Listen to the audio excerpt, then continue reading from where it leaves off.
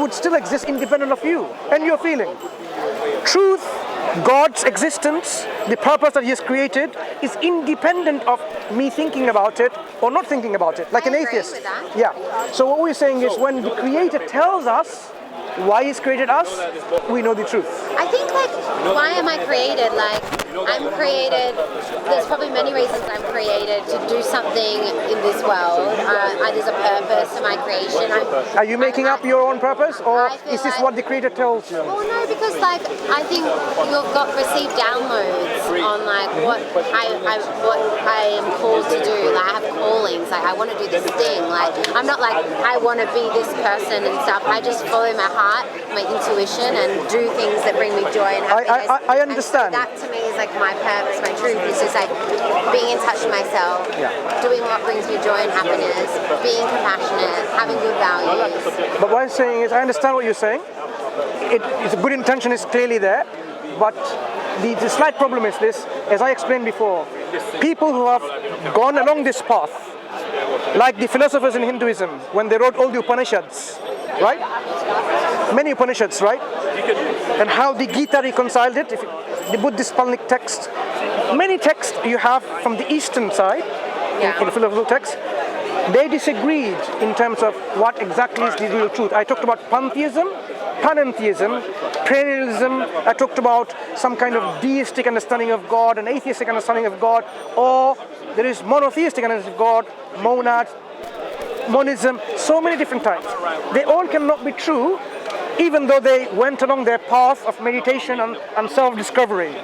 The only infallible way, in my understanding, is when the Creator tells us, that becomes the absolute truth, infallible truth, why we are here. And this is what I am and that to me asking is like a you. Download. I'm like a but I'm not individually. Or why isn't we a society, or why am I here? But individually we can think and speculate. But I'm saying there is a way our Creator has communicated to us about the reasons and the purpose of why you were created. We call them prophets and messengers. They are established through proof and evidence. I have a question. Who is we? Why are we Human here? beings. Human beings, okay. And does He have a prophet for like the birds and the trees and the dolphins and everything? They are created with instincts. Human beings are separated from all the other creations with a specific distinction. Do you know the distinction between every other creation? Consciousness in human beings, and there's not in many animals. Which other animals have gone to space and built in skyscrapers? But there's like that creates some by themselves, or someone took it? By themselves, or someone took them? Not themselves. They didn't invent the spaceship. A dog did not invent a spaceship, by the way.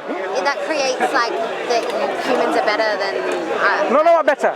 It differentiates the human species from all the other species because of certain characteristics the humans have. And what God made humans special or something? I mean, it's obvious, isn't it? Well, we are special creation. That, like, we're not putting down other creation. About an octopus that fucking can do all just mind our language anyway. No. Like, well, I can do whatever I want, right? Children may be watching, right? Oh, well, that's why. Well, I didn't ask to be filmed. So firstly, I didn't ask to be filmed either. Did I ask you to be filmed? People are filming. Speakers Corner. People all learn from us, and we learn from each other. Yeah, freedom of speech, basically. I was told that I could say anything on this corner. Octopuses do crazy stuff that has a lot more unique and special in many other ways than us. I think there's a very high intelligence of an octopus, like versus a human. Like, we're all just equal, in my opinion.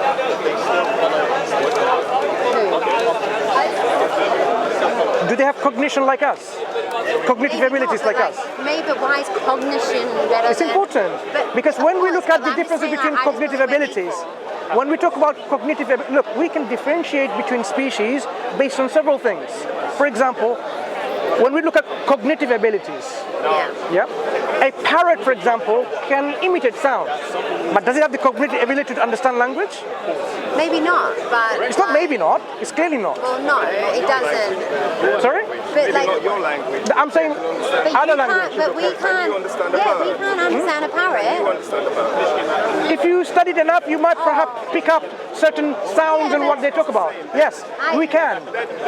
I disagree. You're then using your instincts. No. and speculation. No, instinct. Yes. When we talk about, look, there are many people when they connect with their pets, whether it's a cat or a dog, certain sounds they make, they can see what the sound is about. Whether it's about moaning and groaning like and a baby, pleasure of and course. comfort. Yes, because they pick up those cues in the language. But you don't think like a dog that understands, oh, Charlie, okay, that means this. Look, like we all kind We're of... talking about languages. The dogs don't have languages, do they? Yeah, but my point... Do dogs have languages?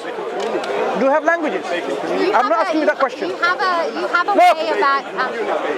Creatures and animals can communicate. We have to respect. I asked you a simple question. sorry. Do dogs have language? They can communicate. Okay, you're not answering the question. But you have That's why, you have a as you know, like the other gentleman, as you realize, sorry, just 1 second, sorry, I apologize. Earlier on, I left the conversation, do you know why? Because I don't speak to people who don't answer the question directly. Okay, so I'm not interested in speaking to you. Thank you very much. Anyway, sorry. No, it's okay. Excuse me. That's me. Leave your hands to yourself, right? No, Anyway, I'm fine. it's a I think pleasure speaking to you. Thank you. What's your name? My name is Mansoor. What's yours? Mansoor. Mansoor. I'm Yeah. Jess. Jess, Nice to meet you. pleasure speaking to you. Just think about what I said. If it makes sense, explore further about Islam and speak to our sisters there who can connect with you better perhaps, because they can give you a perspective, something that I may not be able to give. To be honest, I'm pretty happy with my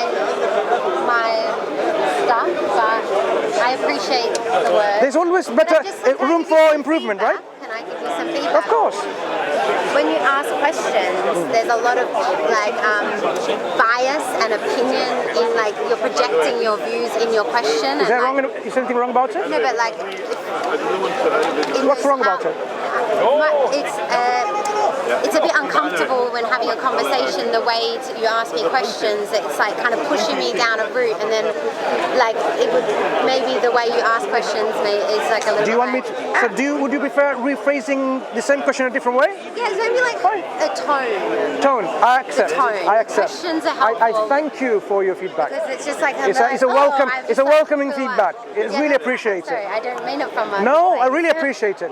Sometimes our tone can be because just before I spoke to you, this is perhaps a leftover effect. I spoke to someone, I even said, I cannot speak to a clown. So you can see how we can personally get affected by conversation we're having, and it could be because of that conversation, you felt the tone perpetuated. Yes. But I appreciate your feedback. Thank you. Mansoor. Take care. Thank you very much.